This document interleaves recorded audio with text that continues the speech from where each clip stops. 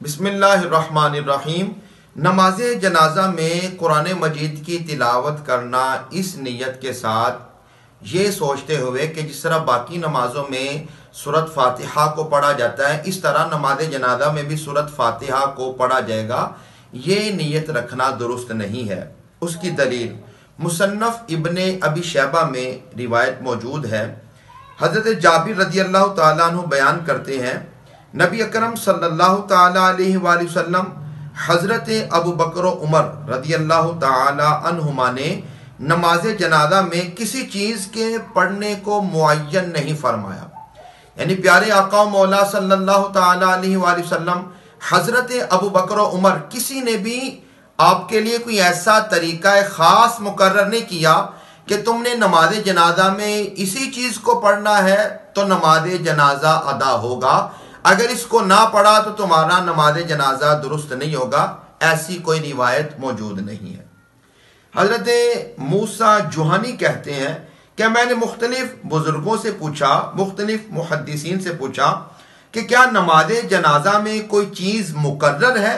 تو یہ بڑا خوبصورت یہ جو جواب انہوں نے دیا، انہوں نے کہا نہیں، تم نماز جنازہ میں صرف اللہ تعالیٰ کی بارگاہ میں شفاعت کرنے والے ہو، یعنی کہ تم اللہ تعالیٰ کی بارگاہ میں صرف یہ سوال کرنے والے ہو، عرض کرنے والے ہو کہ یا رب العالمین ہمارے اس بھائی کی بخشش فرما، مغفرت فرما۔ تو لہذا تم کیا کرو، جو تمہیں کوئی اچھی سی دعا قرآن و حدیث میں موجود ہے وہ دعا تم اللہ کی بارگاہ میں عرض کرو۔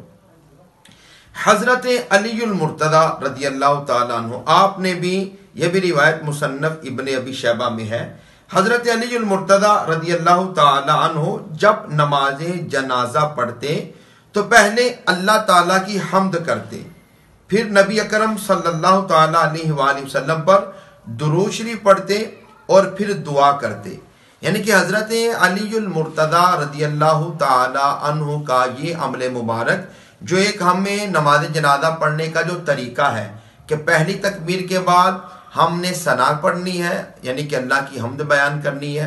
دوسری تکبیر کے بعد ہم نے درود پاک پڑھنا ہے، اور تیسری تکبیر کے بعد ہم نے دعا پڑھنی ہے۔ اب اس پر جس طرح کہ ہمارے احناف بھائی اہل سنت و جماعت، ہم پہلی تکبیر کے بعد ثنا پڑھتے ہیں، اس میں ایک لفظ اضافہ کرتے ہیں وجل ثناؤ کا، روایات میں وہ بھی موجود ہے۔ درود پاک میں ہم وہ رحمتا و ترحمتا کے الفاظ پڑھتے ہیں، روایات میں وہ الفاظ بھی موجود ہیں۔ اب اگر کوئی آدمی، اب اس پر بھی دو طرح کے لوگ ہیں، اگر کوئی اہل سنت میں سے ایسا آدمی کہتا ہے کہ بھئی اگر یہ الفاظ نہیں پڑھیں گے تو نماز جنازہ نہیں ہوگا، وہ آدمی بھی درست نہیں کہتا۔ اور وہ لوگ جو یہ کہتے ہیں کہ بھئی اہل سنت و جماعت، آپ نے نماز جنازہ میں ثنا میں درود پاک میں یہ جو نئے الفاظ کا اضافہ کیا ہے، یہ نئے الفاظ ہیں یا یہ بدعت ہے، خلاف سنت ہے، وہ بھی غلط کہتے ہیں۔